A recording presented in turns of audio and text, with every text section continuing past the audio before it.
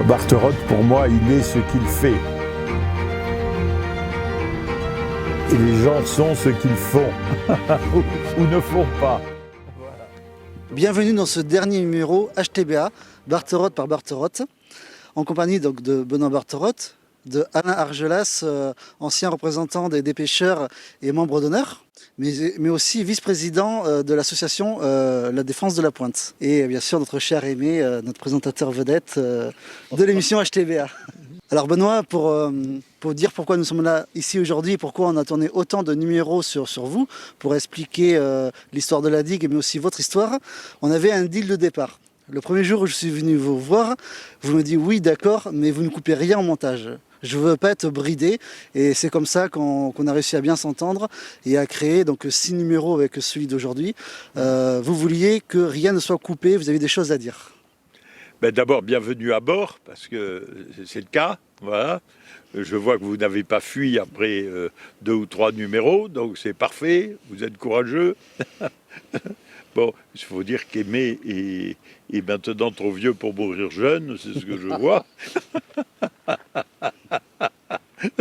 Donc il peut monter en ligne sans trop de risque de périr jeune. Et non, je pense que j'ai dit pas mal de choses que j'avais à dire. Mais au fur et à mesure que je vous l'ai dit, je vous les ai confiées, elles sont à vous et je les oublie. Donc il faut me poser des questions si vous pensez que je ne vous ai pas tout dit. En tout cas, merci pour votre confiance. Moi, je vais passer le micro à Aimé, qui va nous faire un petit bilan de ce qui s'est dit dans ces derniers épisodes. Merci Damien. Alors, on s'est dit beaucoup de choses pendant ces reportages. Tu nous as accueillis de nombreuses fois pendant cet été. Et puis même, nous sommes au mois de novembre et dans un des plus beaux endroits du monde, il y a du soleil, forcément. Donc, au départ, on a parlé de l'allongement du Cap Ferret, puis de son rétrécissement dû à notamment la plantation des forêts lors de la deuxième... La fixation des dunes. La fixation des dunes, oui. Et aussi, oui, de toute façon, la végétation qui, effectivement, a modifié beaucoup de choses. Et la pointe s'est reculée progressivement.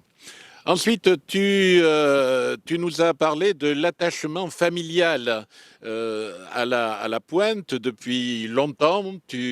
Ta famille venait ici se retirer dans un endroit un peu désert et qui plaisait bien à ces Bordelais. C'est ma famille maternelle. Ta famille maternelle. Et puis ensuite, tu nous as parlé de toi. On t'a fait raconter un peu ton histoire qui va t'amener jusqu'en 1985 où il va y avoir ce fameux déclic. Alors, on va pas refaire, bien sûr, ce que tu nous as déjà dit. Les téléspectateurs, ils pourront regarder toujours, puisque, je le rappelle, tous les anciens interviews de Benoît sont à disposition sur Bassin TV. Et donc, il y a deux questions que je ne t'avais pas posées. Quel âge as-tu ? 75 ans aux prunes. Ah oui, et les prunes, tu les vois à quelle époque ? Non, les prunes, je les ai eues aux prunes. Tu les as eues aux prunes. C'est-à-dire, je suis né en septembre, au mois de septembre 46. D'accord. Oui, effectivement, septembre, c'est une saison où il y a des prunes. Je date de l'été 46. Ok, merci Benoît. Et puis, je ne t'ai jamais demandé des nouvelles de ta santé. Je sais qu'il y a 2 ans, 3 ans, là, tu boitais un peu et on voyait que tu souffrais pour te déplacer. Je souffrais terriblement. J'ai eu un accident de ski quand j'avais 17 ans, et grave, et ma jambe avait été considérablement raccourcie. À l'époque, j'avais 17 ans. Pour qu'elle reprenne sa longueur, il fallait être dans des lits mécaniques. C'était des mois et des mois. Je n'ai pas eu la patience. Et donc, je me suis retrouvé avec une jambe avec 3,5 cm de moins. Ce qui fait que j'ai esquinté mes cartilages, des hanches, des genoux, etc. Je ne boitais pas, je compensais. Ce qui fait que j'ai écrasé mes disques, etc.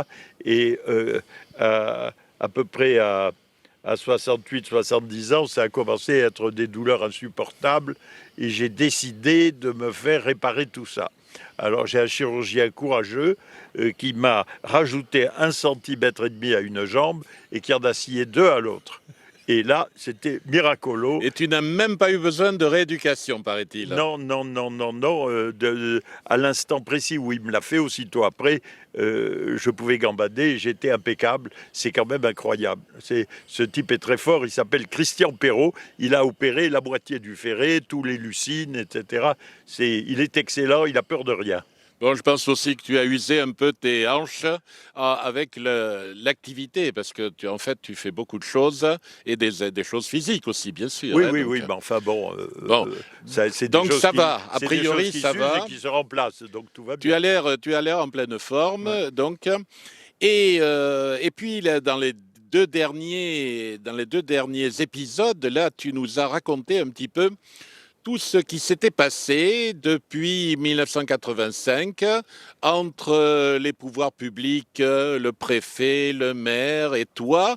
Et tu as balancé pas mal de choses hein, sur l'histoire des relations au Cap Ferré, ici, là. On se disait d'ailleurs avec Damien, est-ce qu'il ne va pas y avoir des retombées? Mais de toute façon, Damien, il a dit, il y a le droit de réponse hein, sur BFM TV, sur Bassin TV. Et bien entendu, si quelqu'un veut s'exprimer, il pourra Oui, oui, mais s'exprimer. enfin, le problème des bagarres qu'il y a eu ici sont toujours ont toujours pour base l'immobilier et les enjeux.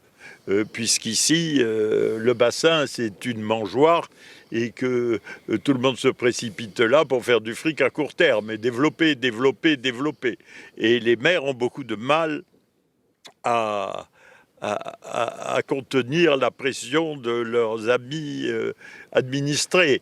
Donc évidemment, ça pose des problèmes.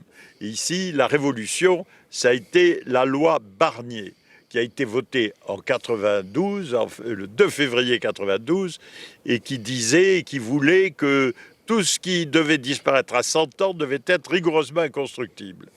Et en dépit des défenses que nous faisons. Et donc ici, les experts avaient mis le curseur à la jetée de Bélisère. Donc il y avait 5 km de façade sur le bassin rigoureusement inconstructible. On peut imaginer que ça n'est pas plu à nos édiles.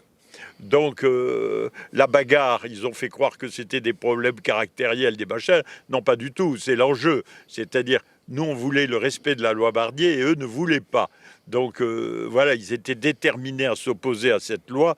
Et d'ailleurs, il y a tellement de pression contre cette loi qu'il y a beaucoup de lois depuis qu'il a fait 10, y compris la dernière, qui consiste à redonner toujours un peu plus de pouvoir aux maires et à laisser l'État démissionner de plus en plus. C'est pas une nouveauté, c'est une constante. Depuis qu'est-ce que je dis, depuis plus de 30 ans, oui, depuis la loi de décentralisation, tout a été fait chaque fois dans le même sens pour affaiblir l'État. Et évidemment, l'État était le gardien du long terme. Et de préserver le long terme ici, c'est pas de laisser construire n'importe quoi. Une fois qu'on a construit n'importe quoi, on est dans un endroit qui ne vaut plus rien. Et ici, pourquoi ça vaut cher aujourd'hui? Mais c'est parce qu'on a préservé. Et que préserver, eh ben, c'est très rare. Si vous n'avez pas des immeubles partout là en face, si vous n'avez pas le projet d'Espier là-bas de 5000 logements d'été, là une thalassothérapie de 66 mètres de haut en verre et acier pour être intégrée au paysage à côté de la dune, ça aurait été intéressant. Si vous n'avez pas tout ça, c'est parce qu'on s'y est opposé et c'est d'âpres luttes que nous avons préservé cet endroit. Alors évidemment, on ne s'est pas fait que des amis chez les maires, chez les promoteurs et leurs complices au sein de l'administration parce qu'ils n'en ont pas manqué. Voilà. La gamelle, c'est un instrument fédérateur absolument extraordinaire. Non, mais c'est vrai qu'on en a parlé lors des 2 derniers épisodes. On ne va pas revenir là-dessus. Non, c'est pas Et la la loi peine. Barnier, mais tu as raison de Voilà. souligner l'importance de cette loi Barnier. Alors, Voilà. parmi les amis que tu as, bon, il y a Alain Argelas, on va le laisser un peu s'exprimer quand même. Il est en train de nous écouter là. Et puis, on va lui passer le micro, Benoît, si tu veux. Mais ce ne sont pas des amis par hasard, puisque ce sont les gens du pays. Est-ce que les gens du pays avait intérêt à être complètement envahi et submergé par le béton. Est-ce que les pêcheurs, les ostréiculteurs, les natifs avaient besoin de ça? Bien sûr que non. Donc les élus se faisaient élire en les caressant dans le sens du poil, et puis ensuite faisaient le contraire. Donc on ne s'est pas rapproché des autochtones par hasard, c'est parce qu'on a un intérêt commun à préserver le long terme. Allez, Alain Argelas, dites-nous ce que vous en pensez. Mais je pense de la presqu'île, a fait De oui, tout ce que, de tout ça. de du tout ça, contexte. oui, de tout ça, on en est malheureux, forcément, Benoît. à nous. Alors, moi, je plains mes enfants. Moi, ils ont réussi à se loger, mes petits-enfants, il est évidemment hors de question qu'ils puissent habiter un seul jour ici, une fois qu'ils seront adultes et en couple. Déjà, deux de mes enfants sont partis sur le nord. Un sur le nord de la commune, l'autre est parti au Porge, parce que c'est encore accessible, à mon avis, pour quelques années, très peu d'années, dans 3 ou 4 ans, même au Porge, ça sera impossible de se loger au Porge, sauf évidemment de gagner au loto. Donc forcément, en travaillant correctement, même en gagnant 3 ou 4 000 euros par mois, c'est pas la peine d'y penser à pouvoir se loger ici. Donc c'est horrible. Et puis c'est allé très très vite, parce que moi je suis en l'an 50. Quand j'étais gosse à 5 ou 6 ans, on passait là sur la plage, on allait à la pêche avec mes oncles. Voilà, moi je suis né au Canon. On a le même âge, Alain, mais vous faites plus jeune. Hein. Je suis né en 60. Oui, j'ai 71 ans. Grive Palombe, comme dit. 24 octobre. Et voilà, donc on était ici, on était gosses. Moi j'étais au chassé depuis l'âge de 5 ans que j'ai tenu une carabine. On fait d'abord à la fronde, on allait le mercredi, enfin c'était le jeudi, samedi et dimanche, on n'allait pas faire du rugby, du sport, du machin, avec le car, je ne sais où. Avec les copains, on s'en allait dans la forêt, on faisait les cabanes, mais voilà, donc dès l'âge de 6-7 ans, on partait en vélo, les parents nous laissaient partir en vélo, c'est la liberté la plus totale. Et à aucun moment on imaginait, même un peu plus tard, quand j'avais 10-12 ans, que la forêt, elle était à nous, la forêt. Pour nous, la forêt, c'était quelque chose d'inaliénable, quelque part. Mais en 65, 64, 65, on a commencé à voir arriver les premières tronçonneuses, mais ils étaient beaucoup à l'arpent encore. Ils coupaient les arbres comme ça, à cette hauteur-là, mais qu'est-ce qu'ils font là? Ah ben il paraît que ça s'appelle un lotissement, ils vont... il y a beaucoup de demandes, donc la famille Lesca, fait moi au Canon là-bas, à Piraillan, où je suis né, c'était la famille Lesca, mademoiselle Jeanne Lesca, qui avait les anciens réservoirs, plus tout le grand, jusqu'au Canon quasiment. Et donc petit à petit, un promoteur est arrivé, là, qui est encore là. Enfin, lui il est mort, mais sa fille est encore là. Et voilà, ils ont coupé au harpin, ils ont coupé les arbres, ils avaient un peu du bulldozer, des pelles, et là ils faisaient des routes, et puis ça se vendait quoi. Ah, ça se vendait, comme des petits, pour pas grand chose, mais ça se vendait. Alors là, on était un peu en colère quand même. Hein. Donc là, on essayait quelquefois un peu de les... d'atteindre un peu ce qu'ils avaient d'outils pour les aller empêcher, mais on n'empêchait rien du tout. Et petit à petit, les prix ont monté. Bon, moi, j'ai pu acheter dans les années 86, 87, 88. C'était encore abordable, hein, avec un salaire à peu près convenable. Même des gens qui étaient de 2 au SMIC ou à peine un petit peu plus du SMIC ont pu acheter dans le lotissement, encore au Vallon du Ferret, par exemple. Mais là, tout d'un coup, c'est parti en flèche, sitôt les années 90-95. Et là, c'est plus possible, quoi. Là, en dessous d'1 million, il n'y a plus rien. Et encore, en condition de démolir la maison pour en faire une autre à la place, parce qu'elles sont très vieilles ici au Ferret. Voilà, donc nous, moi, je suis très malheureux, j'en souffre. Bon, voulez-vous, j'ai 7 petits-enfants, et sachant qu'ils ne pourront pas se loger ici, moi, ça me fout les boules, quoi. Et puis, il faut dire que les 3 maires qui sont passés jusque-là, moi, j'ai connu que 2 maires, hein, Cazalet et Saint-Marcel, puis maintenant... Gonneville, mais bon, Gonneville, il vient juste d'arriver. On ne va pas lui jeter la pierre tout de suite, mais enfin bon. Et les deux, ils ont tous dilapidé le foncier communal que nous avions. Nous avions pas mal de foncier ici sur la commune. Alors Cazalet, le premier, il a commencé par... c'est vrai qu'il y avait les amis qui étaient là, enfin des amis, des copains, mais des gens quand même du pays. Hein, il leur a vendu, pour pas cher.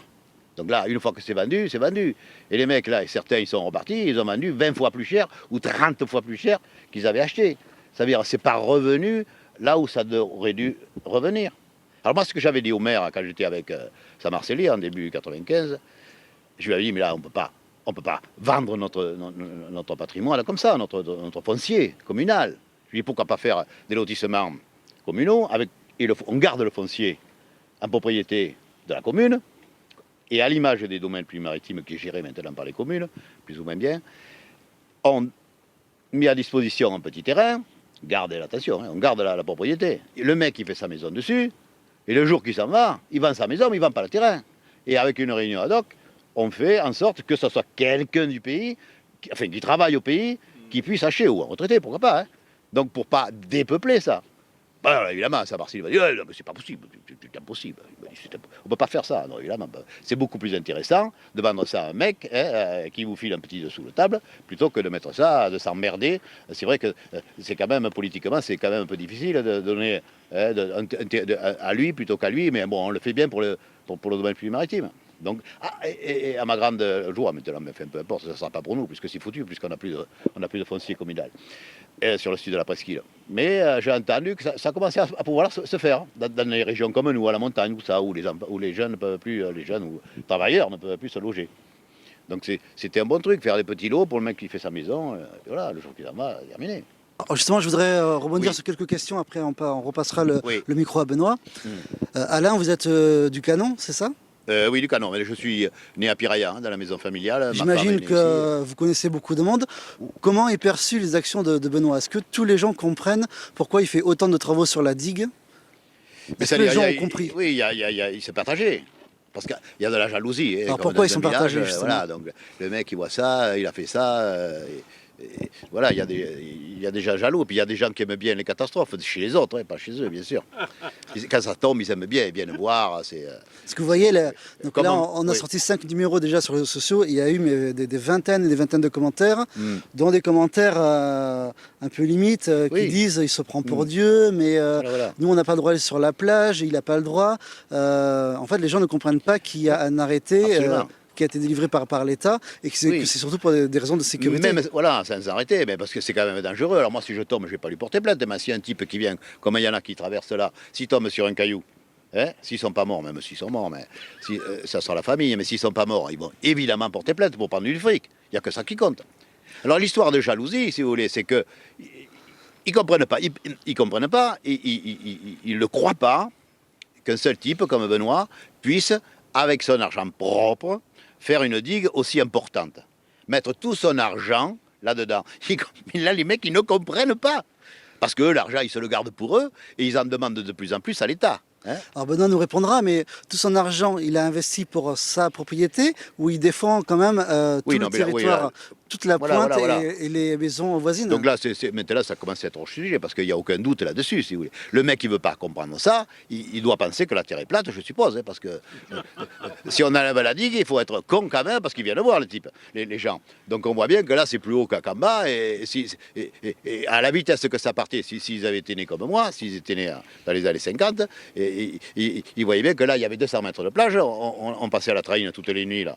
À la traîne, à la Seine, vous savez, pour pêcher. Et là, mais c'était quasiment toutes les semaines que ça partait, c'est des mètres et des mètres, et ça prenait de la profondeur incroyable, à une vitesse folle. En 2 ou 3 ans, c'est fou. Alors là, tous les jardiniers venaient jeter tout, les jardins, tous les bourriers, les machines à laver, les bagnoles, ils jetaient tout. Là. Alors nous, on pêchait là-devant, on leur raconte la merde qu'on a pu attraper. Là, alors s'il n'y avait pas eu tous ces travaux, au jour d'aujourd'hui, l'eau serait arrivée où, par exemple? Ah ben, à mon avis, la pointe serait déjà... Bon, la propriété ne serait plus, évidemment, et on serait certainement, hein, bon, après, c'est vrai qu'il y a des moments, ça remonte un peu, mais comme là, ça remonte un petit peu, ça redescend, enfin, la pointe avec le sable, mais je pense qu'on serait, pas peut-être à Hortense, mais pas loin, peut-être. Ah, ben, d'ailleurs, si Hortense n'avait rien fait en même temps, hein, parce que bon, lui, il a fait ça, vous parlez que de cette ligue, mais si on parlait les autres, si les autres n'avaient rien fait non plus, ni Hortense, ah ben, Hortense, c'était au pied du restaurant, hein. Donc là, ils ont gagné 30 mètres. Hein. Ils ont mis 30 mètres d'épaisseur et en bas, il doit y avoir 50 mètres de cailloux en profondeur sur 30 mètres d'eau. C'est un truc de fou. Donc la moitié, enfin pas la moitié, mais une partie des bénéfices du restaurant est passée là-dedans. Sans que personne ne leur donne quoi que ce soit. Donc il y a 2 points forts, c'est ici et là-bas. Qui tiennent, en fait, c'est ces 2 pointes qui tiennent depuis Hortense jusqu'ici. Sinon, ça serait parti, ça serait au milieu du Ferré. Enfin, au milieu du Ferré, au milieu d'ici de la presqu'île, à hauteur de Hortense, peut-être même un peu plus loin. Ben, ça a été prévu par... Oui, ça a été prévu et cartographié par l'État. Ça s'appelle le PPRL. Donc n'importe qui y a accès. C'est un document public. C'est-à-dire, on sait où l'État prévoyait que serait le Cap Ferré en 2021.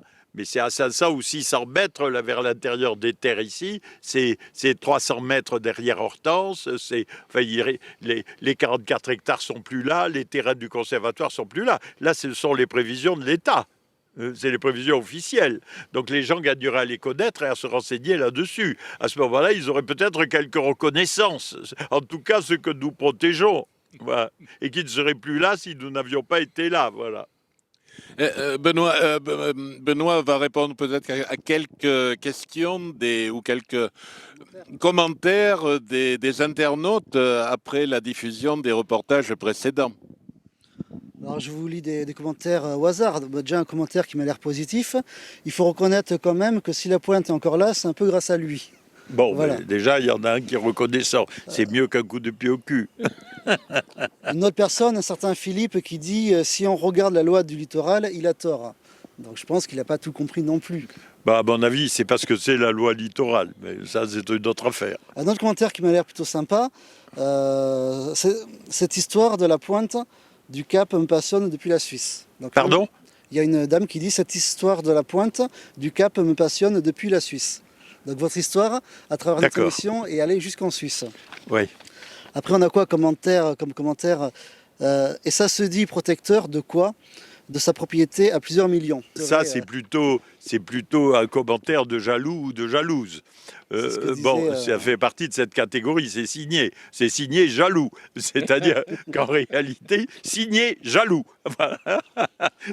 Non, en réalité, évidemment que en défendant notre propriété, on défend le reste de la pointe et tout ce qui est derrière. Mais quand j'ai fait mes travaux, quand je les ai commencés en 85, c'était pas chez moi ici. C'est-à-dire j'ai défendu avant que ce soit chez moi.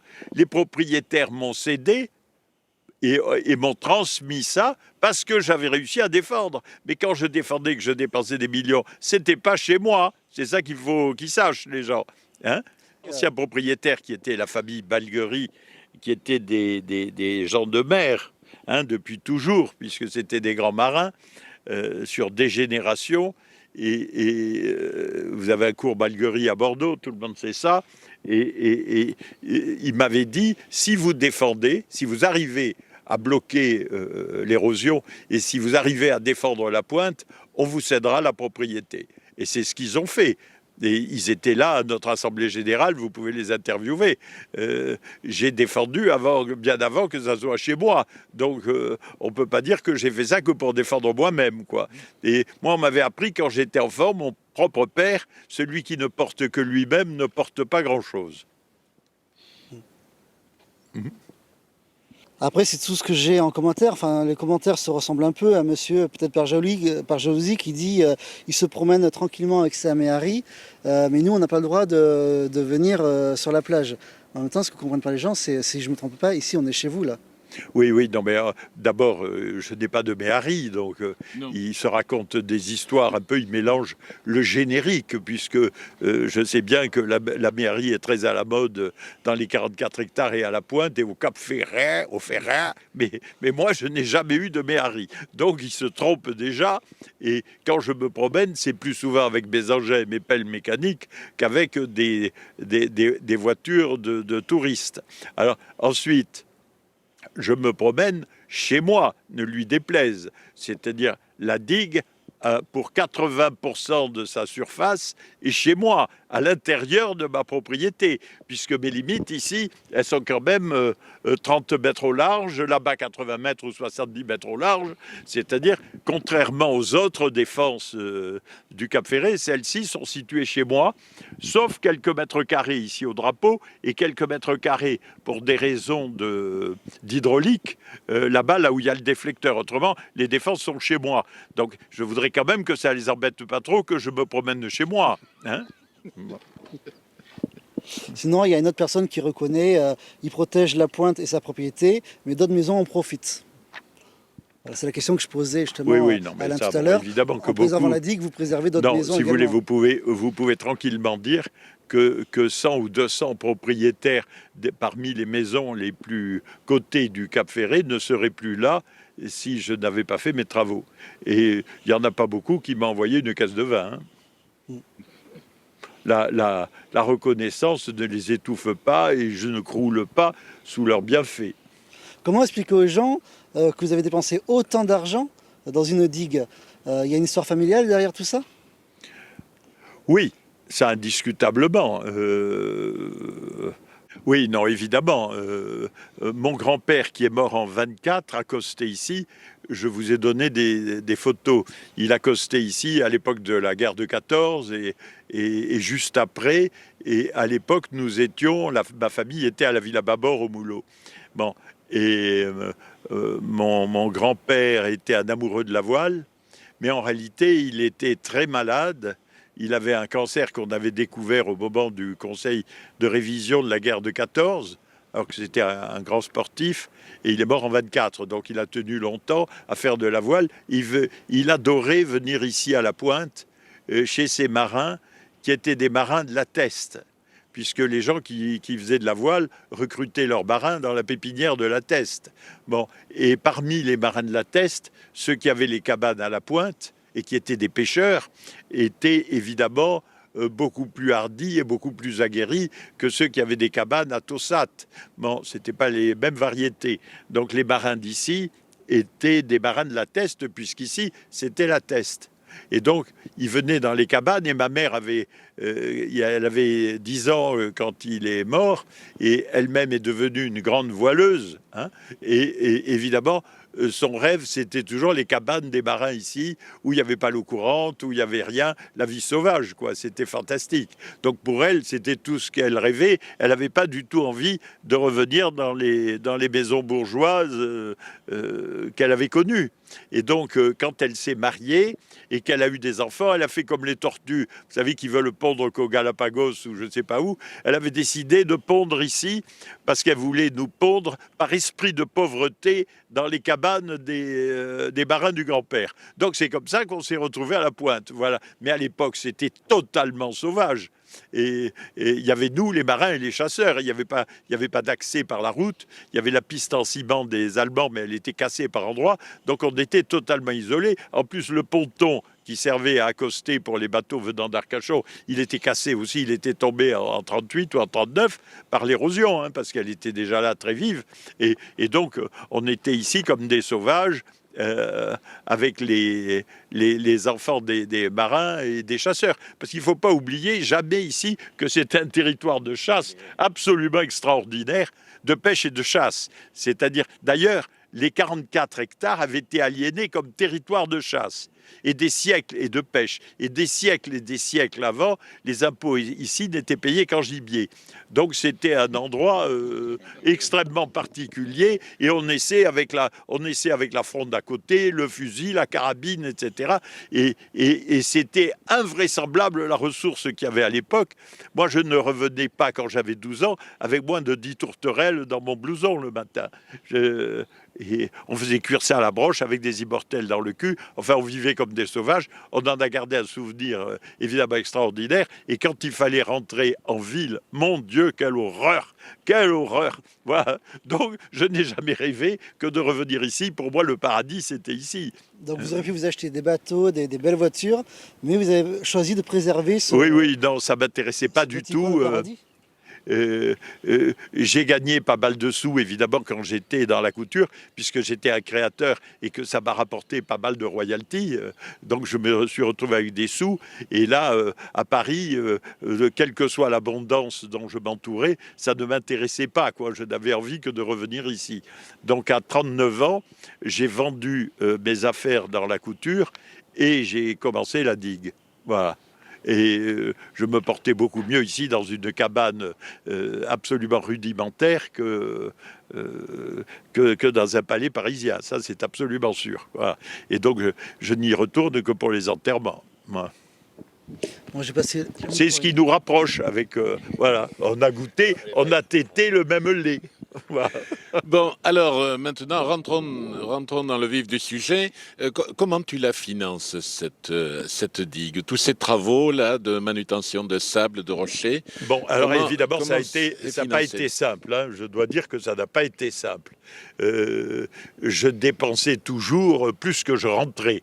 Donc la pauvreté rend inventif, il paraît. Donc il a fallu qu'il me pousse des nageoires, etc., des tas de choses pour trouver des solutions. Parce que quand on avait un effondrement énorme, et vous avez vu les photos, avec une entrée de 50 mètres ou de 60 mètres à l'effondrement, et derrière que du sable, et 400 millions de mètres cubes qui arrivaient en face 2 fois par jour, là il fallait trouver très vite des solutions, et c'était pas la peine d'appeler le banquier. Ah non, Oui, oui. appeler un banquier pour lui dire, vous savez, je fais des expériences actuellement à la pointe du Cap Ferré, ça marche pas très bien, est-ce que vous pouvez m'envoyer quelques millions? Non, je n'ai pas perdu mon temps, je vous le dis tout de suite, à faire ce genre de prospection, donc, ou de demande. Donc je me suis débrouillé, j'ai d'abord vendu tout ce que j'avais. Donc je vendais tout, jusqu'à mon dernier appartement à Paris, je vendais tout. Et quelquefois, dans la journée, à 25% en dessous du marché, pour avoir l'argent de suite. Parce que si j'attendais 8 jours ou 10 jours après un effondrement, c'était x4 le prix ou x5. Donc j'en avais rien à foutre de vendre 25% en dessous du prix. Et maintenant que tu as tout, maintenant que tu as tout vendu. Après, on a fait des films ici.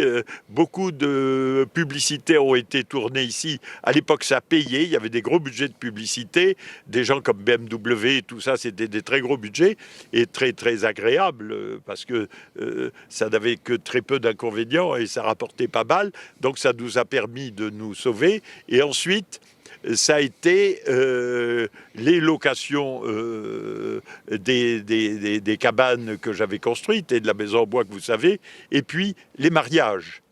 C'est-à-dire quand les publicités ont commencé à fléchir, heureusement, les mariages sont arrivés à la rescousse. Et là, on mariait les amoureux du bassin. Il y avait toujours un des deux conjoints qui était un amoureux du bassin et qui voulait à tout prix se marier là, parce qu'il considérait que ce qu'on faisait, c'était magnifique, et que donc, ils profitaient de leur mariage pour participer à l'effort des amoureux que nous étions aussi.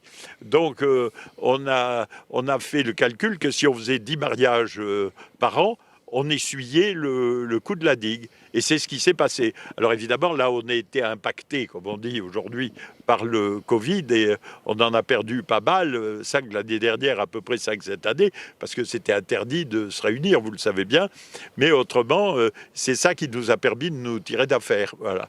Et ça fait un effet boule de neige, c'est-à-dire que les gens qui se sont mariés là en entraînent d'autres, etc.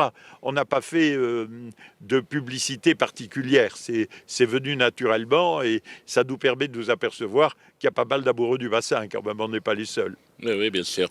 Et alors, bien sûr, pardonne-moi de te parler comme ça, mais si tu étais victime d'un AVC ou d'une crise cardiaque demain, après-demain, la suite de Benoît Barterotte. Ah ben d'abord, ça serait très très agréable pour tous les jaloux. Donc il faut penser d'abord au bien que ça ferait à certains. Donc il ne faut pas quand même les priver de bonheur. Bon, tu as 7 enfants. Dans ces 7 enfants, je suis sûr qu'il y en a. Non, alors d'abord mes enfants dessinent des pelles mécaniques et des dumpers et la digue depuis qu'ils sont tout petits. Donc chez eux, c'est consubstantiel. C'est-à-dire, même les filles oubliaient leurs poupées pour dessiner la digue. Donc, non, je ne me fais pas de mauvais sang. Ils connaissent très, très, très bien. Bon, le tout, c'est qu'ils ne se disputent pas. Bon, s'ils se disputent, est-ce qu'ils s'envoient les cailloux dessus? Ça sera moins bien. Mais enfin, pour le moment, ça n'a pas d'inquiétude dans ça ce les a domaine. soudés entre eux. Non, je n'ai pas vraiment d'inquiétude. Et puis, en matière d'aimer un pays, quand un soldat tombe, aussitôt un autre ramasse le fusil et prend la relève. C'est-à-dire que c'est pareil. Moi, je suis un combattant, je combats pour une cause, et je pense que cette cause, je la partage avec d'autres. Et puis, si on va terminer là, bien sûr. Je crois que on s'est à peu près tout dit, bien que, il y a sûrement d'autres choses qu'on aurait pu apprendre de toi. Mais on va te poser une question essentielle. Es-tu heureux? Alors, ça, c'est une question étrange, parce que on est heureux par moment. Le bonheur, c'est un heure que vous prenez bien. Et le malheur, c'est un heurt que vous prenez mal. Il faut d'abord le comprendre. Donc, c'est la manière d'aborder les choses qui est extrêmement importante.